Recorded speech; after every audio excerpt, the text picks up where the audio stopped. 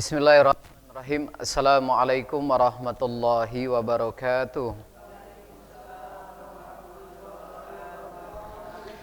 Alhamdulillahi rabbil alamin. Alhamdulillahilladzi arsala rasulahu bil huda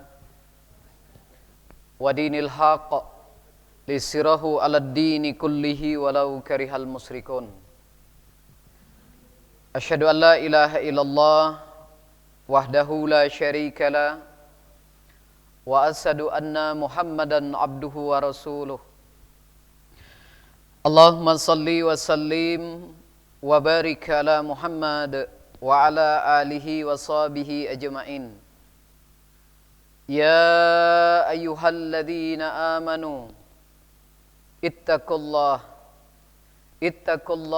haqqa tuqatih wala tamutunna illa wa antum muslimun. Ya arhamar rahimin, irhamna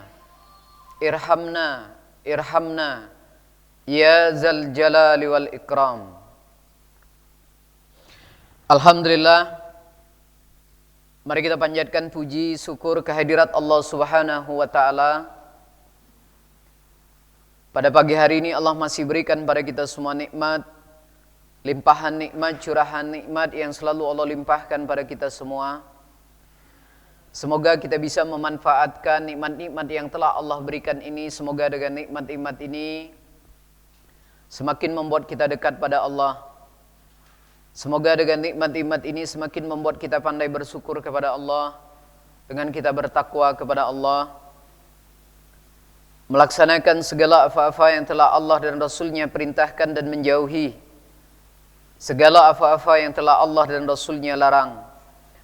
Salawat teriring salam mari kita persembahkan kepada junjungan kita Nabi Allah Muhammad sallallahu alaihi wasallam,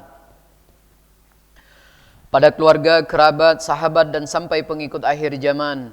Semoga kita, keluarga besar kita, keturunan kita menjadi pengikutnya sampai akhir hayat hidup kita, dan semoga Allah kelak kita di dalam surganya. Semoga kita semua yang hadir sehat walafiat.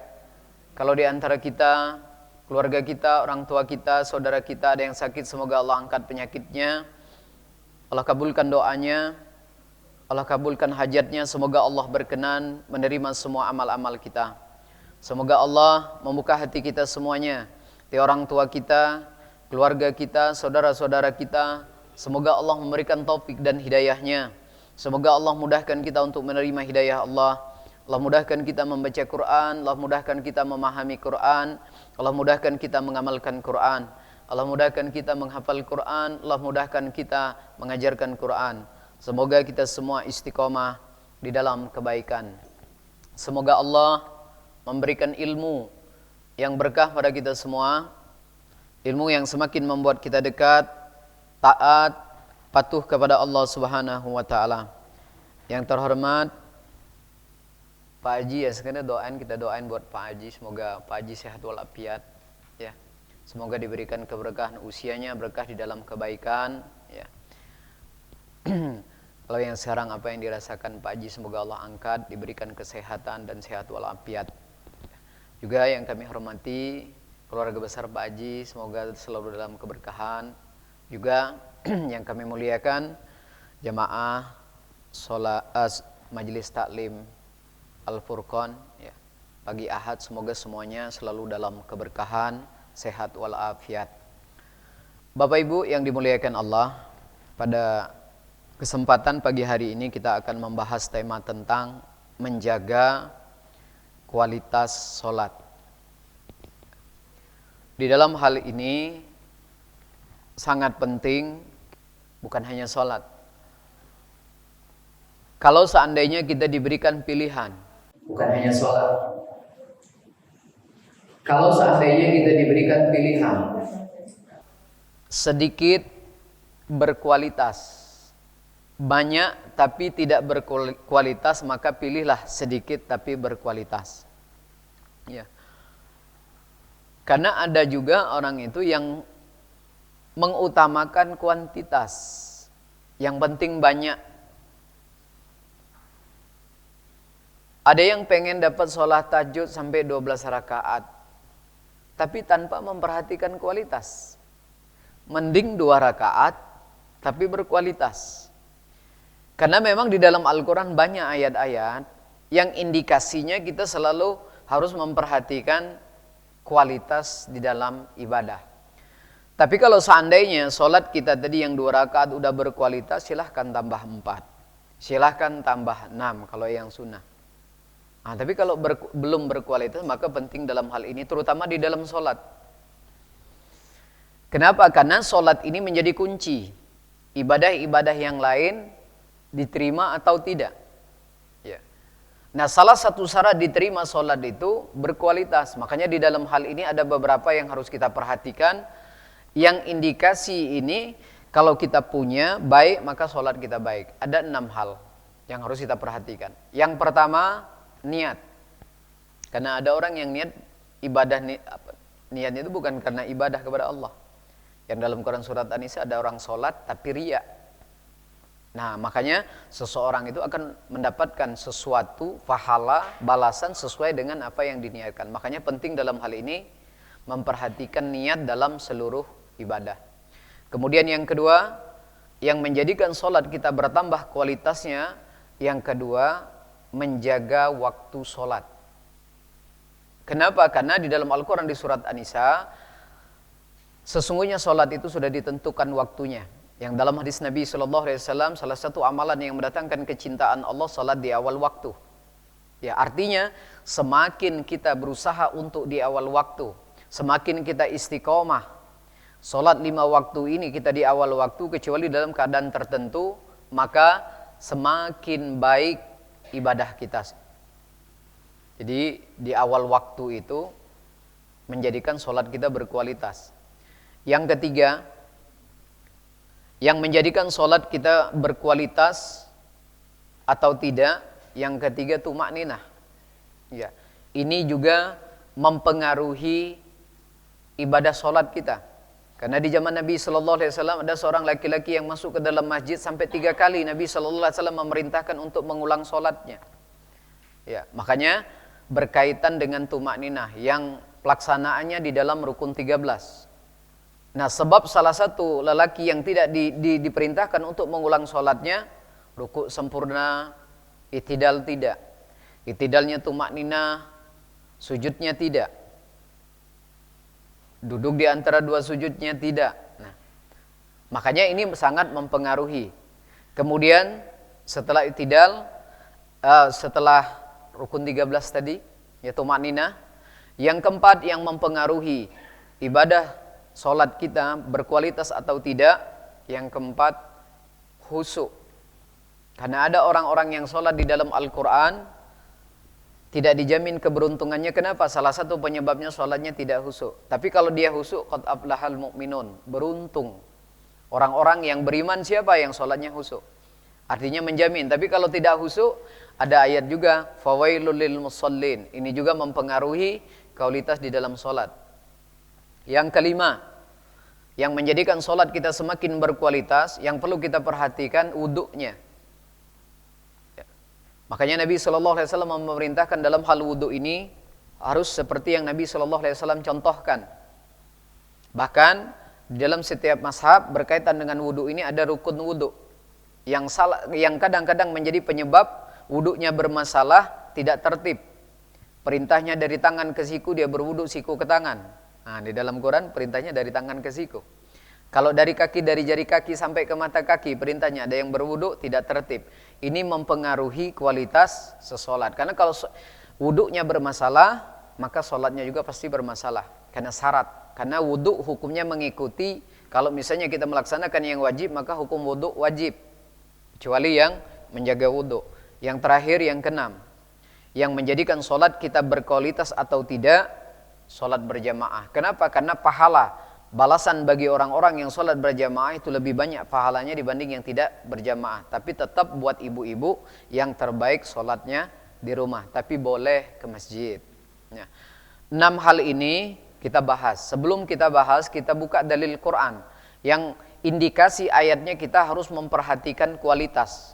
Ya, utamakan baiknya dulu. Kita buka Quran surat 67, surat Al-Muluk.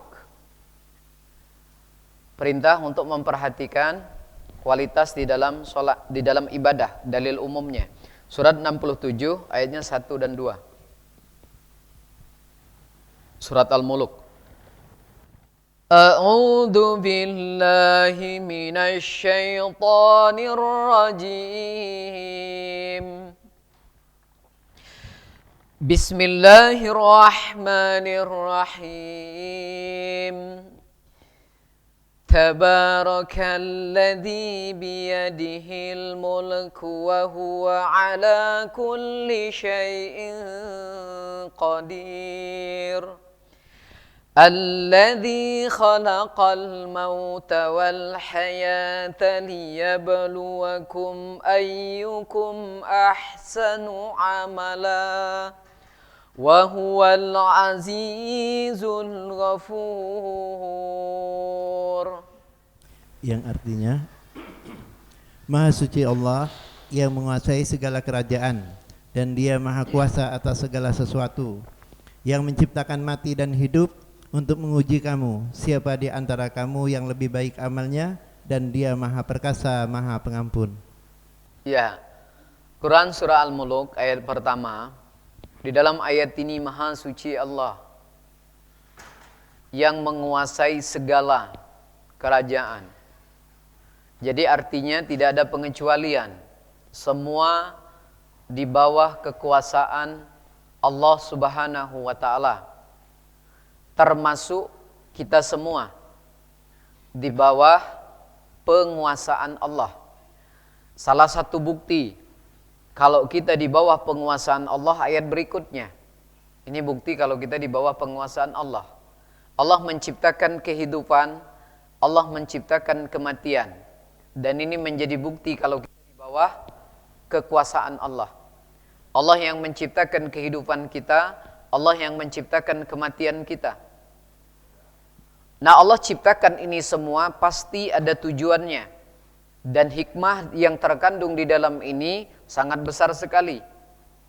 Kalau Allah menciptakan nyamuk saja, banyak orang yang kaya gara-gara nyamuk.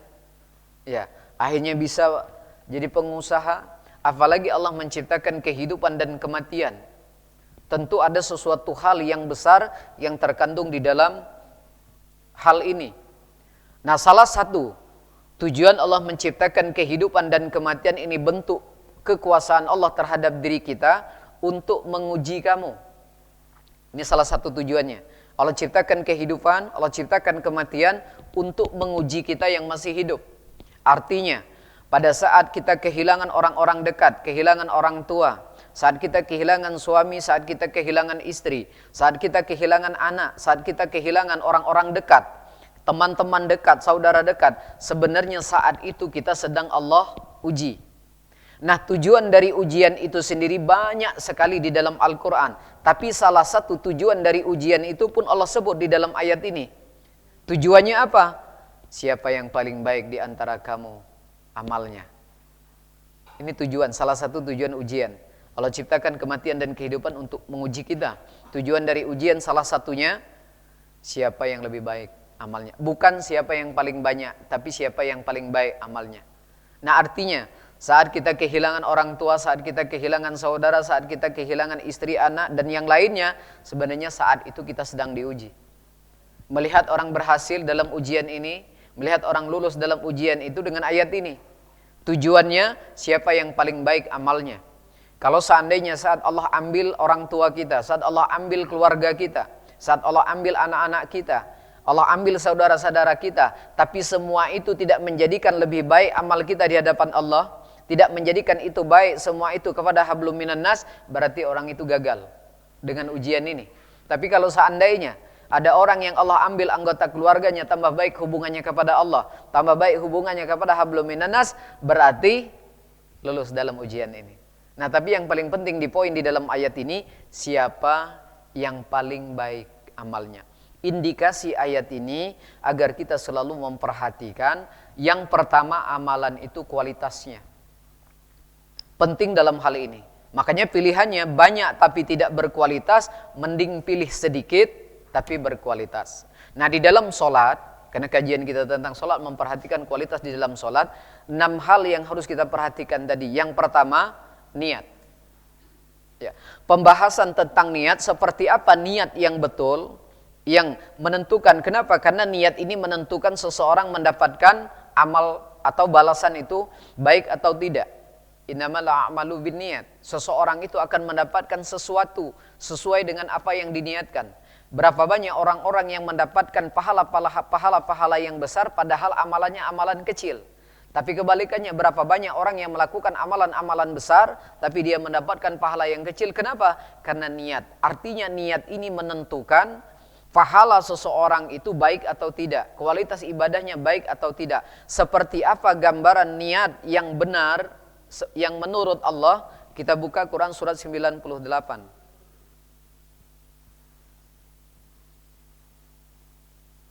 Ayatnya 5. Surat 98 ayatnya 5. Wa ma umiru illa liya'budullaha mukhlisina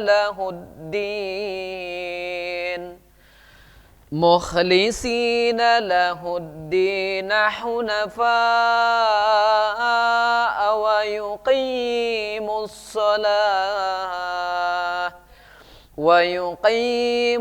salata wa yu'tuz zakata wa dzalika dinul qayyimah. Yang artinya, padahal mereka hanya diperintah menyembah Allah dengan ikhlas menaatinya semata-mata karena menjalankan agama, dan juga agar melaksanakan salat dan menunaikan zakat, dan yang demikian itulah agama yang lurus atau benar. Nah, itu contoh niat yang benar. Contoh niat yang benar. Makanya yang pertama, hendaklah kita selalu memperhatikan seluruh, bukan hanya sholat, niat di dalam ibadah. Karena niat ini menentukan baik atau tidak, berkualitas atau tidak dalam ibadah. Yang pertama niat, yang akan dievaluasi. Nah, niat yang benar atau niat yang lurus yang dibenarkan oleh Allah Subhanahu wa taala di dalam ayat ini, padahal mereka diperintahkan menyembah Allah dalam bentuk hubungan kita kepada Allah maupun kepada hablum minan nas. Artinya apa saja yang Allah perintahkan, yang Allah larang, yang Nabi sallallahu alaihi wasallam perintahkan, yang juga yang dilarang, kita taat di dalam dua hal ini, itu tanda kita sedang menyembah Allah. Baik hubungan kita langsung kepada Allah maupun hubungan kita kepada hablum minan nas. Intinya, apa saja yang Allah perintah larang, Allah larang, Nabi larang, itu berkaitan dengan tanda kita menyembah Allah. Dengan syarat, menyembah Allah dengan syarat, apa syaratnya? Harus ikhlas. Nah, ini syarat. Harus ikhlas. Apa itu ikhlas? Di ayat selanjutnya Allah sebut, ikhlas itu artinya mentaati, melaksanakan perintah, menjauhi larangan. Mentaati semata-mata karena menjalankan perintah agama atau perintah Allah. Nah, ini orang ikhlas. Yang sering disebut ini apa? Lillahi ta'ala. Ya. Jadi ikhlas artinya semata-mata karena menjalankan perintah Allah, atau yang sering disebut lillahi ta'ala. Nah, makanya ikhlas itu salah satu amalan hati. Ikhlas kata lainnya niat, lillahi ta'ala, semata-mata menjalankan perintah agama. Tempat amalan ikhlas itu di hati, makanya niat juga harusnya yang paling afdol itu di dalam hati, bukan di lisan. Karena ikhlas itu termasuk amalan hati. Arti ikhlas apa? Semata-mata karena menjalankan agama atau lillahi ta'ala. Nah, siapa yang taat kepada Allah dengan cara seperti ini, lillahi ta'ala, atau menjalankan semata-mata, menjalankan perintah Allah, contohnya sholat, hubungan kita kepada Allah, atau kepada hablum minan nas berupa zakat. Dan Allah akui yang demikian itu, kalau ibadahnya yang seperti itu, apa kata Allah? Itu agama yang benar. Itu agama yang lurus. Nah, makanya di dalam Al-Quran juga tingkatan ikhlas atau tingkatan niat itu ada 5 dalam Quran. Jadi niat atau ikhlas itu tadi tingkatannya ada 5 dalam Quran. Yang pertama paling bawah. Yang paling bawah itu karena Allah, lillahi ta'ala, itu paling bawah.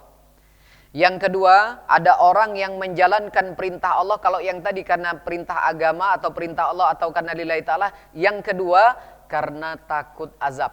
Jadi ada orang itu rajin sholat, rajin apa tuh, rajin ibadah, intinya baik orangnya. Dia niatnya apa? Karena takut azab. Ini tingkatan yang lebih baik lagi, nomor 2. Tapi ada lagi yang tingkatan nomor 3-nya. Ada orang yang melaksanakan perintah Allah, patuh kepada Allah. Kenapa? Karena ingin mendapatkan pahala atau mendapatkan sorga. Tingkatan yang lebih baik lagi nomor 3. Ada yang lebih baik lagi dari nomor 3 ini. Ada dalam Al-Quran. Pada saat ada orang yang taat kepada Allah, taat kepada Rasulnya, dengan alasan niatnya kenapa? Karena tanda syukur. Yang Nabi SAW pada saat sholat tahajud, yang kakinya sampai bengkak, itu kan ditanyakan oleh istrinya, wahai Rasulullah SAW, bukankah engkau sudah dijamin masuk surga? Yang dalam Quran surat Al-Fat ayat kedua, setelah perjanjian Hudaibiyah, di tengah jalan turun ayat yang menjamin Nabi SAW masuk surga. Jawaban Nabi SAW pada saat ditanya istrinya apa? Ini tanda syukur. Makanya tingkatan ikhlas yang nomor 4, yang lebih baik lagi sebagai tanda syukur. Wa istadzana rabbukum la in syakartum. Tapi ada yang paling tinggi lagi, niat dalam ikhlas atau niat tadi, tanda cinta. Ini yang paling tinggi, yang dalam Quran surat Ali Imran, katakanlah Muhammad SAW, apabila kamu mencintai aku, ikutilah aku. Maka ini tingkatan yang paling tinggi. Setiap ibadah yang dilakukannya sebagai tanda cinta. Paling tidak, kalau kita sudah masuk di nomor pertama yang di dalam ayat ini udah luar biasa. Apalagi kalau udah naik nomor 2, apalagi naik nomor 3, apalagi sampai ke nomor 4. Masya Allah kalau yang udah naik ke nomor 5-nya. Nah, di dalam ayat ini, jadi inti dari niat yang semata-mata karena Allah.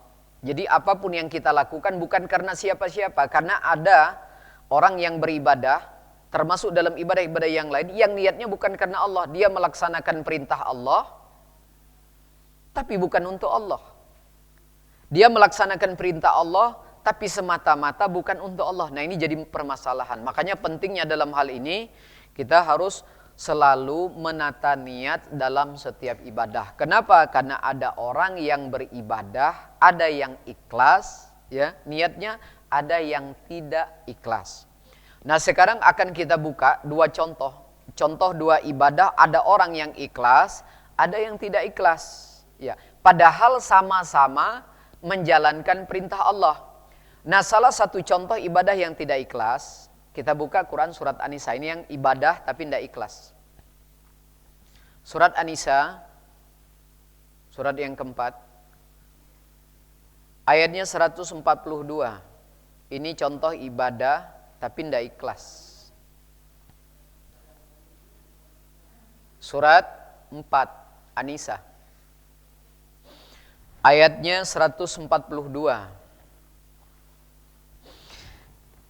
Innal munafiqina yukhadi'una Allah wa huwa khadi'uhum wa idza qamu ila sholati qamu kusala qamu kusala yura'unan nasa wa la yadhkuruna Allah illa qalila. Yang artinya, sesungguhnya orang munafik itu hendak menipu Allah, tetapi Allah lah yang menipu mereka. Apabila mereka berdiri untuk sholat, mereka lakukan dengan malas. Mereka bermaksudnya ingin dipuji di hadapan manusia, dan mereka tidak mengingat Allah kecuali sedikit sekali. Ini salah satu contoh ibadah Ya, melaksanakan perintah Allah tapi bukan untuk Allah. Makanya yang pertama tadi tingkatan ikhlas, melaksanakan ibadah karena Allah atau lillahi ta'ala. Nah, di dalam ayat ini sesungguhnya orang-orang yang munafik itu hendak menipu Allah, tetapi Allah yang menipu mereka. Kenapa? Orang-orang munafik Islam, makanya di Islam itu banyak gelar. Ada Islam yang munafik, ada Islam yang syirik, ada Islam yang musyrik, ada lagi Islam yang fasik. Yang bagus itu Islam beriman, Islam takwa. Nah, itu bagus. Jadi banyak gelar memang di Islam itu. Nah, di dalam ayat ini orang-orang munafik itu ingin menipu Allah, tapi Allah menipu mereka. Apa yang mereka lakukan? Salah satu tipu daya mereka, mereka kalau sholat melakukannya dengan malas. Ini ciri orang munafik, malas sholat itu termasuk kemunafikan. Ciri-ciri orang-orang malas sholat itu dalam Quran suka menunda-nunda waktu sholat, padahal tidak uzur. Tapi kalau dia uzur dibenarkan di dalam syariat. Tapi kalau uzurnya setiap hari itu bukan uzur.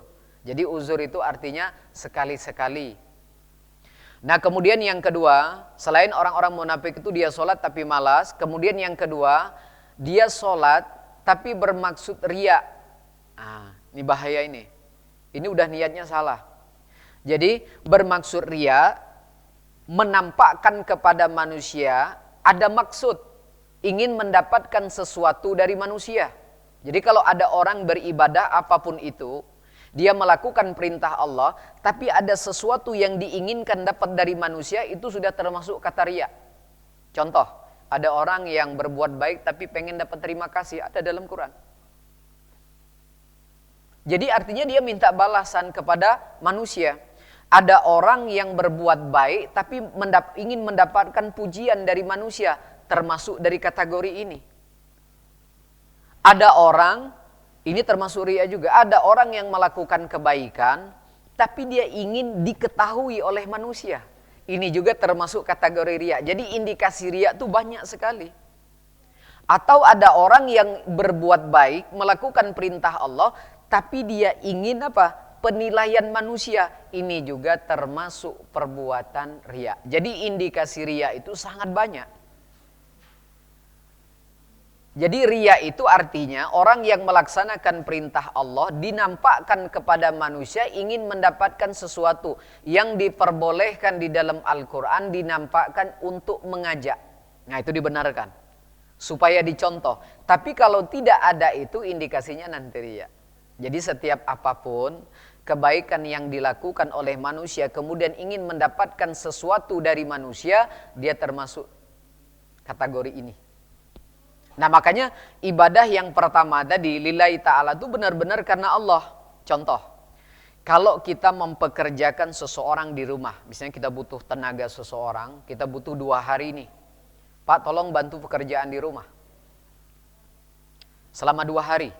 Karena orang ini yang mempekerjakan kita, otomatis dia harus minta bayarnya ke kita, minta upahnya ke kita. Makanya yang betul, setiap perintah apa yang Allah perintahkan, baik itu hubungan kepada Allah, hubungan kepada manusia, maka mintalah balasan itu kepada Allah. Makanya tingkatan ikhlas yang nomor 3, tadi apa? Orang yang berbuat ibadah karena ingin mendapatkan pahala balasan dari Allah. Itu tingkatan nomor 3. Tapi seketika ada orang yang menjalankan perintah Allah apapun itu, tapi dia mengharapkan sesuatu kepada manusia, berarti dia sudah perbuatan syirik. Kenapa? Karena dia minta balas kepada manusia. Contoh, ada seorang istri diajak kondangan oleh suaminya, "Ma, ahad depan kita kondangan di teman papa." Kata istrinya bilang, "Insya Allah Pak, kita pergi. Tapi nanti amplopnya digini-giniin biar dia tahu indikasi riya." Ingin mendapatkan sesuatu dari manusia apapun itu, baik itu pujian, pengen diketahui, ya kan, pengen dapat nilai, itu sudah indikasi riya. Orang ikhlas tidak kayak itu. Nah, orang yang tidak ikhlas seperti ini biasanya kalau yang diinginkannya tidak didapat, dia akan berubah sikap. Dia akan berubah sikap. Contoh, pada saat dia bilang, "Iya Pak, kita kondangan. Nanti kalau kita tidak kondangan pada saat kita ada acara, nanti dia tidak datang ke rumah kita." Itu indikasi dia sudah mengharapkan sesuatu kepada manusia. Padahal dia sedang melaksanakan perintah Allah. Harusnya dia mintanya ke Allah. Kita harus kondangan, Pak. Karena memang termasuk hal yang wajib. Apalagi di dalamnya tidak ada kemungkaran. Tidak ada kemaksiatan yang dibuat tuan rumah. Agar pada saat kita nanti punya acara, Allah ramaikan acara kita. Allah ramaikan, Allah datangkan orang-orang. Kenapa? Karena kita selalu datang pada acara orang-orang yang punya acara. Artinya tetap minta balasan kepada Allah. Tapi seketika ada orang yang melakukan sesuatu, mengharapkan kedatangannya balik, atau mengharapkan amplopnya balik, atau pengen diketahui, itu sudah tidak ikhlas. Sesuatu yang diinginkan dari manusia, dari kebaikan yang kita lakukan, ini ayatnya, bukan lillahi ta'ala. Dan orang yang kalau sudah indikasi perbuatan baiknya yang diharapkan kepada manusia, yang diharapkannya tidak dapat, akan berubah sikap. Contoh, misalnya nih, ada seorang ibu bantu tetangga depan waktu punya acara. Dia bilang ke anaknya, jingo uak depan. Waktu dia punya acara, mama tolong 2 hari 2 malam ngocek bawang. Coba lihat kita punya acara, batang hidung pun tak nongol. Ini ciri-ciri orang tidak ikhlas nih. Kenapa? Karena yang diharapkannya tidak didapat. Orang kalau sudah tidak ikhlas, dia akan berubah sikap. Ini kebiasaan di luar, katanya, berhentilah nolong dia, ngelemai dia baik. Udah tidak ikhlas itu. Orang kalau udah tidak ikhlas pasti berubah sikap. Boleh lihat teman-teman, kalau selama dia ini baik, kok 2 hari ini, kok 2 pekan ini, kok sebulan ini, kok dia berubah sikap ya? Kok bisa berubah sikap? Padahal kita koreksi, saya selama 1 bulan ini tidak ada omongan yang tidak baik dengan dia, kok dia berubah sikap? Itu indikasi, sebenarnya dia berbuat baik, ada yang diharapkannya dengan kita. Tetapi tidak kesampaian, akhirnya berubah sikap. Orang kalau ibadah yang bukan karena Allah, karena tidak ikhlas tadi, dia akan merubah sikapnya. Makanya ciri-cirinya dia tidak istiqomah. Kenapa? Karena ada yang diharapkan kepada manusia. Setiap ibadah yang tidak dilakukan karena ikhlas, tidak istiqomah dan akan merubah sikap seseorang. Nah, makanya pentingnya dalam hal ini kita harus ikhlas. Contoh, ada seorang ibu yang sabarnya luar biasa. Teman nanya, tante, kok bisa sabar sih ngadepin suaminya? Padahal kita tahu loh, suami tante tuh begini loh, bla bla bla bla bla. Ya. Apa jawaban si tante yang sabar? Aku sabar karena jingok rai anak aku. Hayo, ini tidak ikhlas ini Pak. Ya. Keikhlasan yang seperti ini tidak akan pernah kekal. Keikhlasan yang seperti ini tidak akan bertahan lama. Karena kesabarannya didasari karena anak melihat anak. Tunggu saat anak nanti punya masalah dengan ibunya. Akan keluar kebaikan itu. Kalau Juang Palembang bangkel-bangkel. Mama dulu. Bertahan. Mama dulu. Begini. Akan hilang kebaikan itu. Tapi kalau ada orang yang melakukan sesuatu. Yang ibadah Allah perintahkan karena Allah. Saat anak bermasalah dia tetap seperti itu. Saat anak baik dia juga tetap seperti itu. Tidak akan pernah merubah sikap seketika amalan itu kita lakukan atas dasar ikhlas. Yang pertama karena Allah. Contoh lagi, ada orang yang baik dengan orang tua. Mas, kok sampean baik banget sama orang tua? Karena orang tua saya baik. Awas nanti kalau punya clash dengan orang tua. Seketika orang tua punya perilaku yang tidak baik, si anak tidak akan pernah lagi baik urusannya. Akan merubah sikap seseorang. Makanya pentingnya dalam hal ini, kita harus mengondisikan setiap perilaku-perilaku baik kita, terutama dalam urusan niat. Karena ini menentukan. Yang pertama, setiap amalan itu nanti dilihat, dievaluasi niatnya dulu. Nah ini contoh kalau yang tidak ikhlas. Sekarang kita lihat contoh ibadah orang-orang yang ikhlas. Tidak merubah sikap sekalipun dia tidak dibalas kebaikannya. Coba lihat Quran surat 76. Surat Al-Insan. Suratnya 76. Ayatnya 8 dan 9. Ini kebalikannya. Contoh ibadah yang ikhlas. Quran surat 76 ayatnya 8 dan 9. Wa yut'imuna at'ama 'ala hubbihi miskinan wa yatiman wa asira. Innama nut'imukum liwajhillahi la nuridu minkum jazaa'an wala syukura. Yang artinya, dan mereka memberikan makanan yang disukainya kepada orang miskin, anak yatim, dan orang yang ditawan, sambil berkata, sesungguhnya kami memberi makanan kepadamu hanyalah karena mengharapkan keridhaan Allah, kami tidak mengharap balasan dan terima kasih dari kamu. Ini orang ikhlas, Bu. Lihat orang ikhlas kalau udah ibadah dibalas, ya tetap kayak itu. Nggak dibalas, juga tetap kayak itu. Merubah sikap? Nggak. Ini ciri orang ikhlas. Kalau ada orang yang berbuat baik mengharapkan sesuatu kepada manusia bukan kepada Allah, itu termasuk ndak ikhlas. Salah cara ibadahnya. Makanya niat yang pertama lillahi ta'ala. Orang kalau udah lillahi ta'ala dapat balasan alhamdulillah, ndak dapat juga ndak masalah. Karena ada orang yang berbuat baik ngarepin terima kasih, jadi masalah gara-gara ndak terima kasih. Pada saat ada orang yang melakukan kebaikan kemudian dia mengatakan, ya, ndak ada adab, terima kasih beida, itu ciri orang ndak ikhlas tuh. Ya. Jadi masalah cuma terima kasih aja ndak jadi masalah, itu ciri orang ndak ikhlas. Orang kalau udah ikhlas tuh kayak ini dia. Dan dia memberikan makanan kepada orang yang makanan yang disukainya kepada orang miskin, anak yatim, dan orang yang ditawan. Dan orang yang memberikan makanan berkata apa? Sesungguhnya kami memberikan makanan kepadamu hanya mengharap ridho Allah. Boleh balasan kepada Allah itu boleh. Yang tidak boleh itu minta balasan kepada manusia. Balasan kepada manusia yang dia dapat itu macam-macam. Bisa jadi pengen dapat terima kasih, bisa jadi pengen dapat dipuji, bisa jadi pengen diketahui, bisa jadi ingin minta nilai. Ya.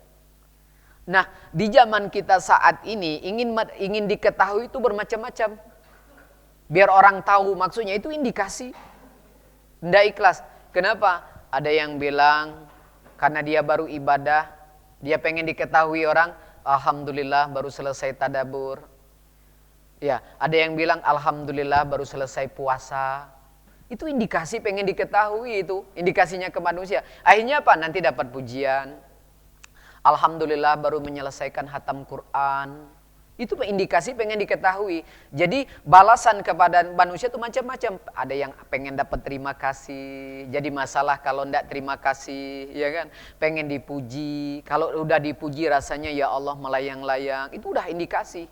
Jadi sesuatu yang diharapkan kepada manusia, padahal kita sedang melaksanakan ibadah kepada Allah, itu udah riya namanya. Makanya selain dari yang wajib, semakin tersembunyi ibadah itu semakin baik, kecuali ada indikasi mengajak atau supaya diikutin. Itu diperbolehkan.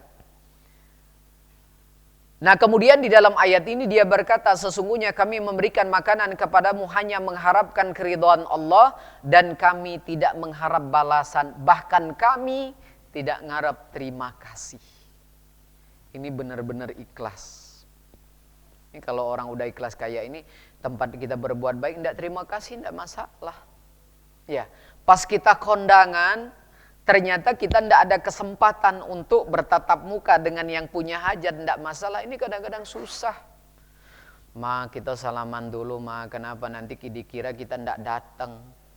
Itu karena manusia itu, bukan karena Allah. Ini orang kalau udah karena Allah itu, dilihat oke, tidak dilihat oke. Dia tahu oke, tidak tahu juga oke. Termasuk amplopnya. Ya. Mau dia tahu kita kasih banyak, oke. Dia tidak tahu juga, tidak mah. Tapi kalau orang udah tidak ikhlas tuh jadi masalah. Pak, kita salaman, nanti dikira kita tidak datang. Nah itu. Indikasi ada yang ingin didapat dari manusia, itu sudah tidak ikhlas namanya. Orang kalau udah ikhlas nih, contohnya Pak. Nah, ini harus kita lakukan dalam seluruh ibadah, bukan hanya sholat.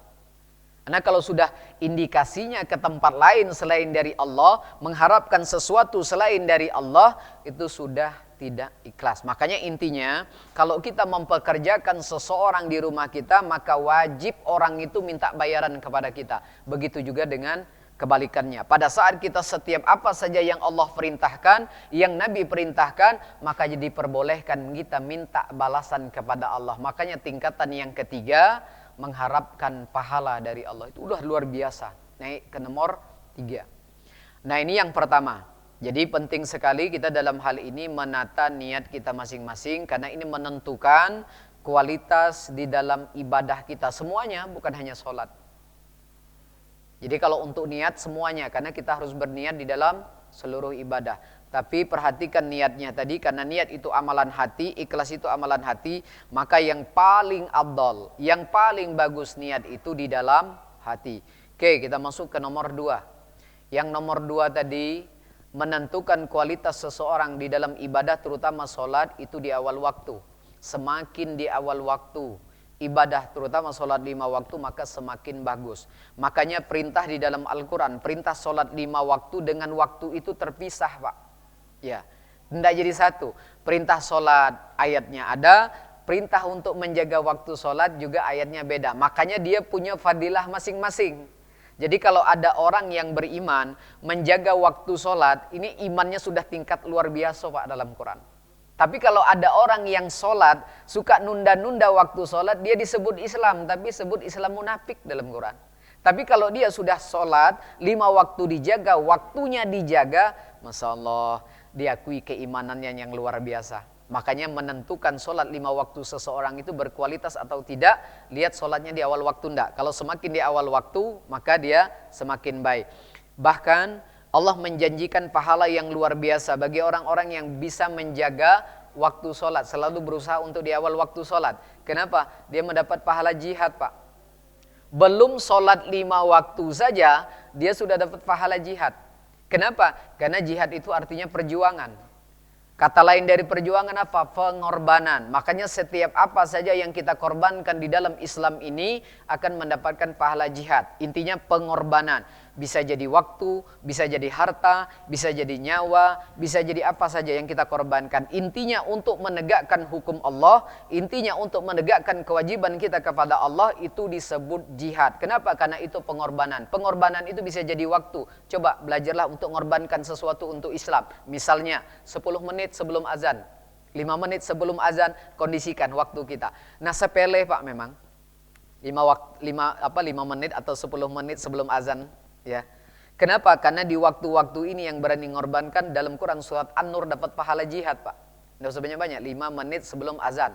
Intinya 5 waktu. Atau 10 menit sebelum azan tuh sangat luar biasa pahalanya. Allah ganjar pahala jihad. Kenapa? Karena di waktu-waktu ini dibuat berkah oleh setan. Contoh, setiap sesuatu yang akan kita korbankan untuk ibadah sholat akan dibuat panjang oleh setan. Makanya kadang-kadang berapa banyak orang yang tidak berani mengorbankan waktu 5-10 menit sebelum azan. Contoh, saat kita malam, ingin niatnya bangun sholat malam jam 3. Minta kepada Allah, ya Allah bangunkan aku jam 3. Pasang alarm jam 3. Benar dibangunin jam 3. Tapi apa yang terjadi? Nganyang. Ntar 5 menit lagi. Tidur, ditambah 5 menit dibangunin lagi. Tambah lagi, ntar 10 menit. Dibuat panjang. Begitu juga waktu sebelum azan. Berapa banyak orang-orang yang tidak berani mengorbankan 5-10 menit sebelum azan wajib. Dan ini dibuat berkah oleh setan, Pak. Seolah-olah berapa banyak pekerjaan yang bisa kita selesaikan dalam waktu 5-10 menit ini. Makanya banyak orang yang mending sholat. Seolah-olah ngepel tanggung tadi bisa selesai sebelum azan. Kadang-kadang masak tanggung tadi bisa selesai sebelum azan. Akhirnya apa? Yang dipending sholat. Itu kerjaan setan tuh, Pak. Makanya orang yang berani mengorbankan waktu 5-10 menit sebelum azan, coba lihat pahalanya. Surat 24, ini padilahnya dulu. Surat 24.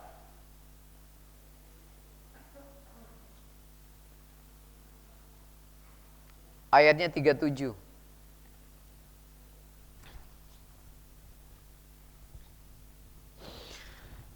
Surat 24, ayatnya 37, 38.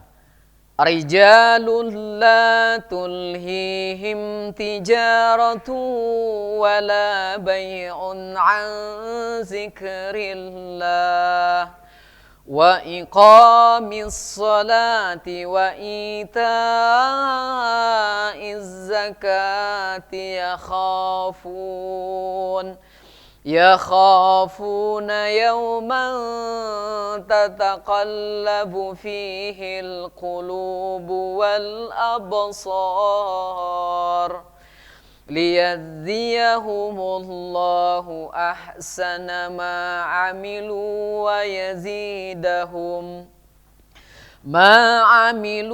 ويزيدهم من فضله Wallahu yarzuqu man yasha'u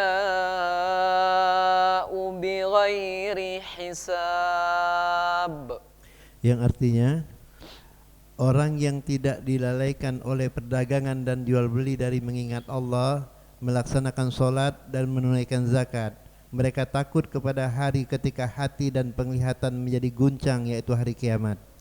Mereka melakukan itu agar Allah memberi balasan kepada mereka dengan yang lebih baik daripada apa yang telah mereka kerjakan, dan agar Dia menambah karunia-Nya kepada mereka, dan Allah memberi rezeki kepada siapa saja yang Dia kehendaki tanpa batas. Ya, ikhlas niat tadi tingkatannya ada 5. Yang pertama lillahi ta'ala 98 ayat 5. Tingkatan ikhlas yang kedua karena takut azab. Dalilnya surat 24 ayat 37. Jadi kalau mau disertai dalilnya 2437 itu dalil ikhlas takut karena azab. Jadi ada orang yang ibadah tuh karena takut masuk neraka, nanti disiksa segala macam, itu ikhlas nomor 2, Pak. Boleh. Itu ayatnya, ayat 37. Orang yang tidak dilalaikan oleh perdagangan dan jual beli dari apa? Mengingat Allah, mereka melaksanakan sholat, menunaikan zakat. Kenapa? Karena mereka takut azab pada saat hari kiamat. Tingkatan yang nomor 3-nya karena ingin dapat balasan, 38-nya. Mereka melakukan itu apa? Agar Allah memberikan balasan. Balasan itu bahasa panjangnya pahala. Jadi pahala itu apa? Balasan bagi orang yang berbuat baik. Dalilnya ada dalam Quran surat Ali Imran, ya, ayat 106. Nah, jadi ikhlas yang nomor 3 itu mengharapkan balasan pahala dari Allah, bisa surga. Itu ikhlas yang nomor 3. Nah, ini keutamaan orang-orang yang menjaga waktu sholat, Pak. Walaupun di dalam keadaan tertentu kita tuh boleh mengakhirkan sholat, ya, keadaan tertentu. Tapi tidak tiap hari, ya. Uzur itu tidak tiap hari. Ada kalanya tapi memang diperbolehkan. Nah, di ayat yang ke-37, orang-orang yang tidak dilalaikan oleh perdagangan dan jual beli dari mengingat Allah, ya, berani ngorbanin. Makanya tadi yang berani ngorbankan 5 menit sebelum azan itu sepele, Pak, memang 10 menit 5 menit. Tapi kalau kita buka waktu-waktu ini banyak hal yang harus kita tinggalkan. Yang punya usaha ditinggalin. Jadi bukan hanya waktu sebenarnya. Jadi kalau yang punya dagangan, artinya pada saat itu mungkin ada pelanggan yang harus kita tidak layani. Berarti juga termasuk bisa jadi harta, ya. Jadi kalau kita buka 10 atau 5 menit ini banyak hal yang kita korbankan. Yang lagi asik-asik ngobrol harus berhenti ternyata. Kita pilih sholat. Jadi kalau kita buka waktu 10 atau 5 menit ini, yang enak-enak lagi baring-baring harus kita tinggalkan. Itu termasuk pengorbanan. Waktu itu ternyata kalau kita buka banyak hal yang kita korbankan. Nah, pengorbanan kita untuk menegakkan hukum Allah, pengorbanan kita dalam menegakkan kewajiban kita kepada Allah, itu akan diganjar pahala jihad. Kenapa? Karena jihad itu artinya perjuangan. Jihad itu artinya pengorbanan di dalam Islam. Waktu ini kalau kita buka, Masya Allah banyak. Nah, kenapa mereka lakukan itu? Karena mereka takut pada hari ketika hati dan penglihatan menjadi goncang. Kapan? Pada saat hari kiamat. Nah, ini menjadi dasar tingkatan yang kedua. Dan Allah janji di ayat berikutnya, 38-nya. Apa janji Allah? Mereka melakukan itu. Artinya apa saja yang kita korbankan di dalam agama ini, Pak. Ya. Kita mengorbankan sesuatu, apalagi waktu. Karena waktu itu ternyata bukan hanya waktu. Bisa banyak hal yang kita korbankan kalau waktu itu. Artinya pada saat sesuatu yang kita korbankan untuk agama Allah, untuk menegakkan hukum Allah, yang kita korbankan untuk menegakkan kewajiban kita kepada Allah, Allah berjanji Allah akan ganti dengan yang lebih baik, Pak. Kalaupun seandainya pada saat kita menjaga waktu 10 atau 5 menit sebelum azan tadi kita ada kehilangan sesuatu, pelanggankah? Ya. Atau waktu santai kitakah kita korbankan, Allah janji Allah ganti dengan yang lebih baik. Coba, ndak hilang, Pak. Tapi kalau ada orang yang mengorbankan sesuatu untuk agama Allah, Allah ganti. Tapi pada saat kebalikannya, ada orang yang mengorbankan sholatnya, mengorbankan hukum Allah untuk mendapatkan sesuatu urusan dunia, maka siap-siap dia akan kehilangan semuanya, Pak. Artinya jangan takut. Pada saat kita kehilangan waktu 10 menit, atau kita korbankan waktu 5 menit, Allah janji Allah ganti dengan yang lebih baik. Sekalipun nanti kita buka waktu ini, kita kehilangan ini, kita ada keterlambatan ini, artinya ada hal lain yang kita korbankan, Allah janji juga Allah akan ganti dengan yang lebih baik. Coba, tidak ada yang rugi, makanya tidak ada yang miskin gara-gara ngorbanin waktu 5 atau sampai 10 menit itu sebelum waktu sudah, ada yang miskin ceritanya. Malah justru ada jaminan yang lebih baik lagi. Yang kedua, bukan hanya itu Allah ganti. Yang kedua apa Allah katakan? Kenapa Allah beri yang lebih baik? Karena Allah yang memberikan rezekinya. Karena Allah yang maha pemberi rezeki. Bukan hanya itu, Allah tambah karunia, coba. Makanya fadilah menjaga waktu ya berbeda dengan sholat. Jadi punya fadilah tersendiri, Pak. Makanya perintah sholat ada, perintah menjaga waktu sholat juga ada, makanya fadilahnya berbeda. Dan ini menjadi barometer melihat sholat orang itu berkualitas atau tidak. Lihat, udah di awal waktu belum? Udah rutin belum? Karena memang harus rutin, Pak. Nah, jadi kalau kita ingin, selain niat tadi, kalau pengen sholat kita tambah berkualitas, tambah bagus, berusahalah untuk selalu di awal waktu. Korbankanlah 5 atau 10 menit. Kecuali dalam keadaan uzur. Kalau uzur boleh, tidak masalah. Nah, ini salah satu keutamaannya. Dan alasannya kenapa harus menjaga waktu sholat. Kita buka Quran surat An-Nisa. Surat yang keempat. Ayatnya 103. Quran surat An-Nisa. Surat yang keempat. Ayatnya 103. فَإِذَا قَضَيْتُمُ الصَّلَاةَ فَاذْكُرُوا اللَّهَ قِيَامًا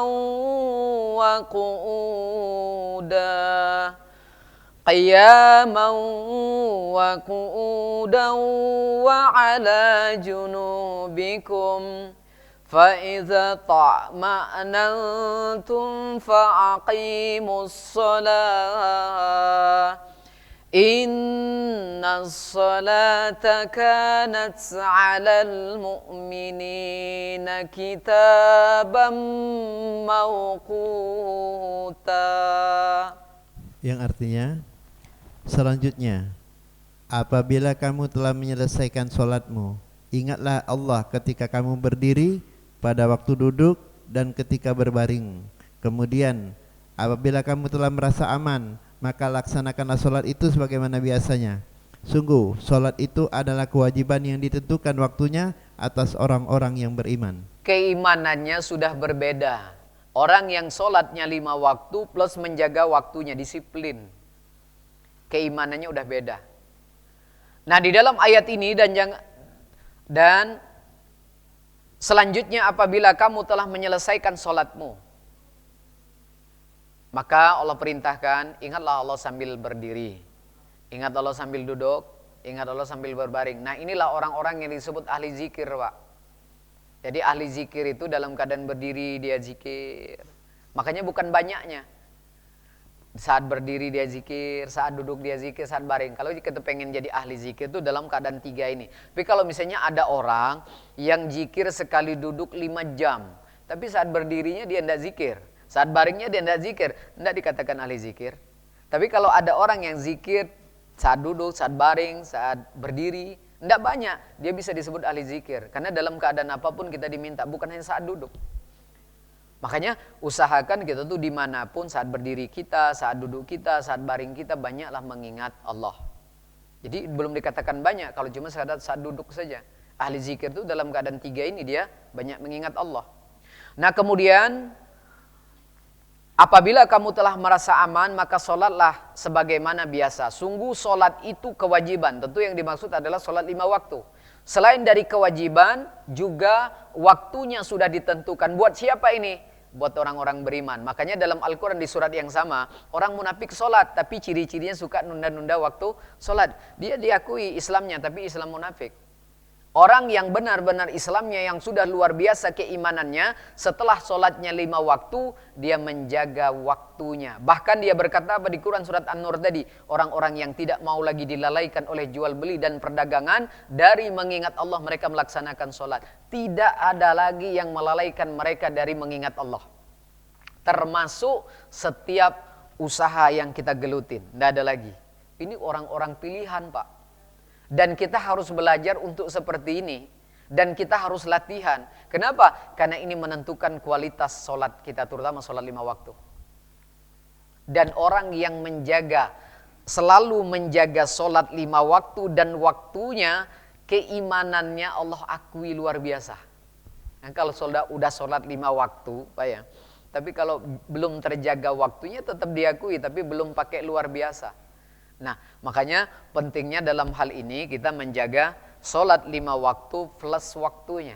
Kita lihat lagi, orang yang selalu menjaga sholat dan waktunya. Buka Quran surat 6. Ada nilai lebih, keunggulan. Surat yang ke-6, ayatnya 92.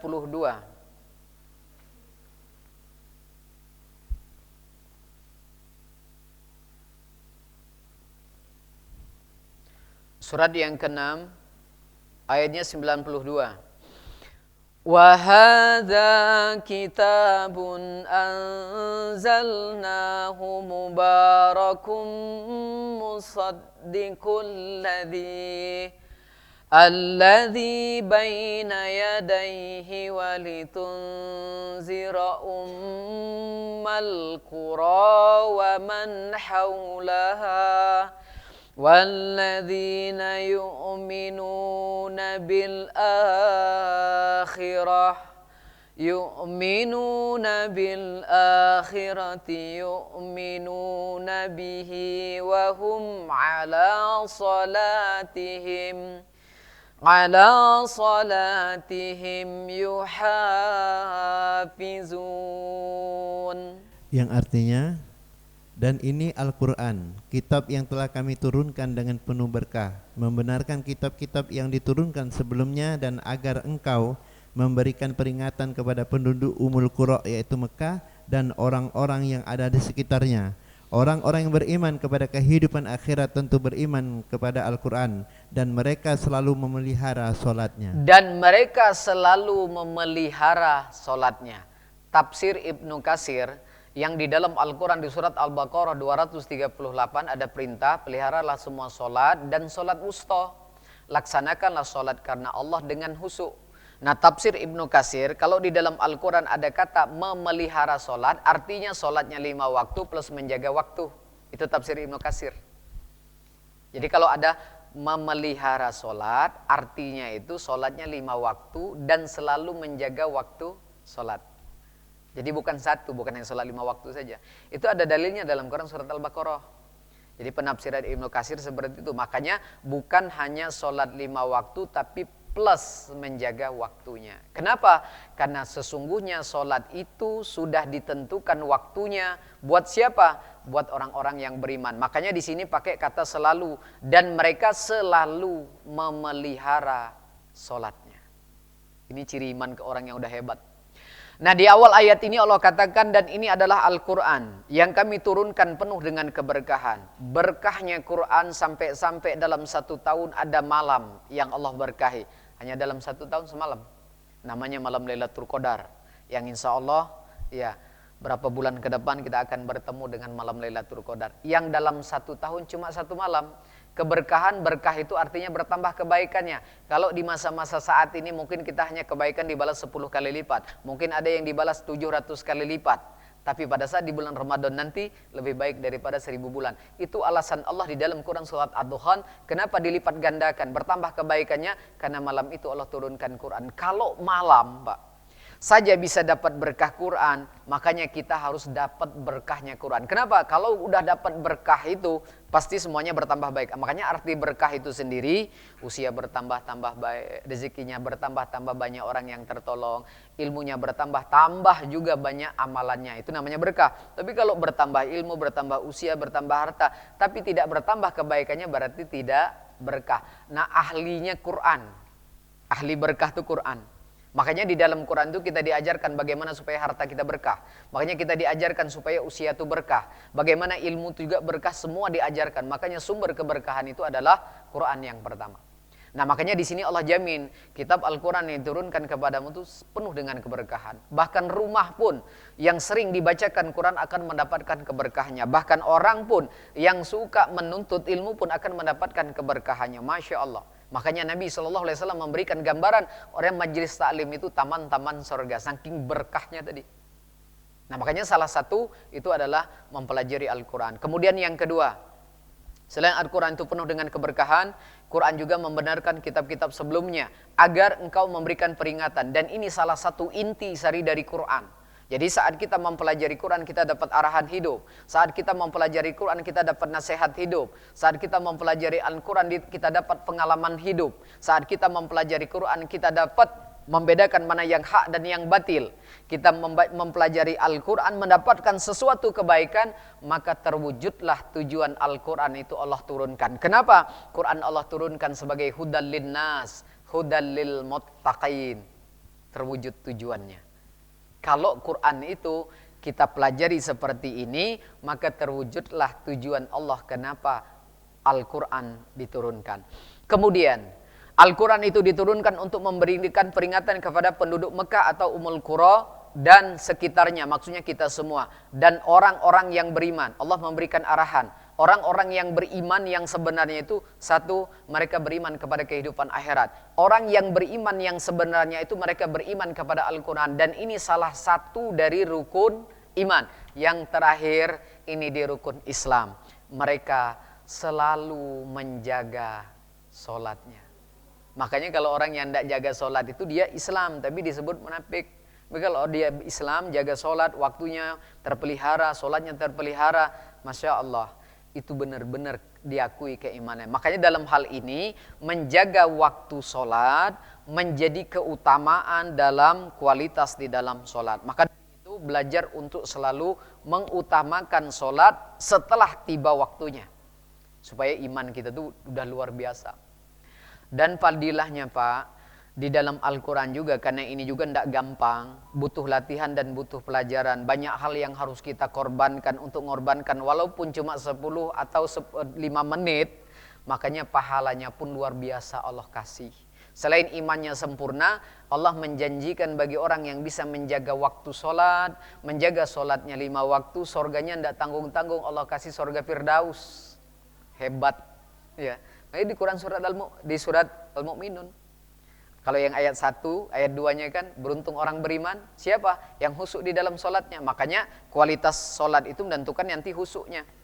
Di ayat yang berikutnya, 8, 9, 10, 11, mereka yang memelihara sholatnya, memelihara awal dan waktu sholat, mereka akan mewarisi apa? Surga Firdaus. Jadi benar-benar luar biasa tingkatannya. Jadi kalau kita punya cita-cita, suami, istri, anak, cita-cita kita pengen masuk surga Firdaus, syaratnya sholatnya khusyuk. Yang kedua harus di awal waktu dan harus sholat 5 waktu. Siap-siap dapat surga Firdaus. Itu jadi syarat untuk masuk surga Firdaus. Ya, yang punya cita-cita ingin masuk surga Firdaus harus seperti itu. Nah, kemudian salah satu cara-cara kita untuk menjaga, selain tadi yang di Quran surat An-Nur ayat yang 37, jangan mau dilalaikan oleh apapun dalam urusan sholat. Artinya utamakan, terutama berkaitan dengan waktu. Kemudian selanjutnya, langkah-langkah untuk menjaga waktu sholat. Coba kita buka Quran surat 2, Al-Baqarah. Ayatnya 238.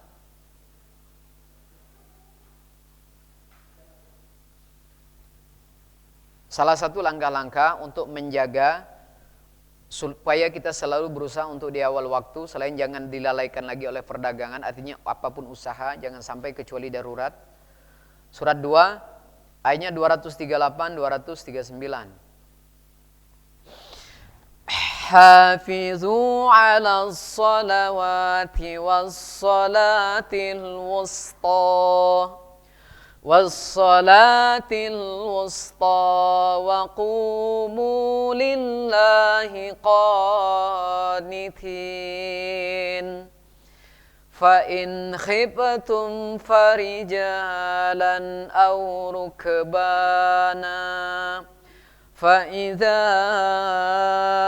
أمنتم فاذكروا الله كما علمكم ما لم تكونوا تعلمون. Yang artinya, peliharalah semua solat dan solat wusta, dan laksanakanlah solat karena Allah dengan khusyuk.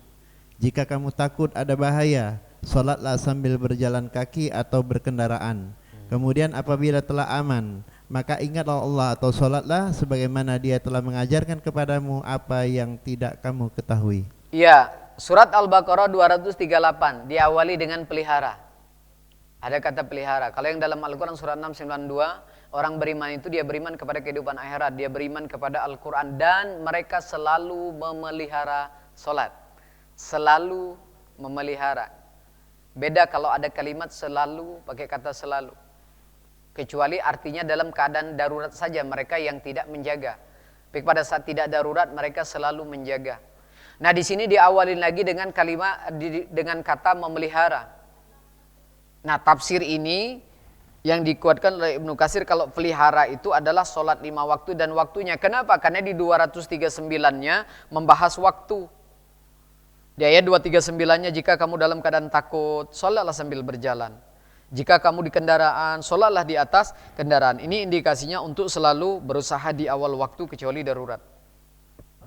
Di ayat 238, peliharalah semua sholat dan sholat usta, sholat 5 waktu, sholat asar. Kemudian laksanakanlah sholat karena Allah, niat tadi. Kemudian yang selanjutnya khusyuk. Dan ini menggambarkan sholat berkualitas. Sholat di awal 5 waktu, di awal waktu, sholatnya karena Allah, niat tadi. Yang selanjutnya khusyuk. Ada 4 poin di sini. Kalau wudunya ada di dalam Quran surat Al-Maidah. Ya. Tumak ninahnya ada di dalam Quran surat Toha. Gerakannya juga ada di dalam Quran surat 26. Allah melihat gerakanmu, sujudmu, rukukmu di situ. Makanya kita ada larangan di dalam hadis Nabi SAW untuk gerakan sholat itu dilarang cepat. Misalnya yang Nabi melarang seperti ayam mematuk. Jadi ada orang yang sujudnya tidak tumak ninah. Ya. Ada yang sujudnya seperti menyerupai hewan atau anjing, ada juga.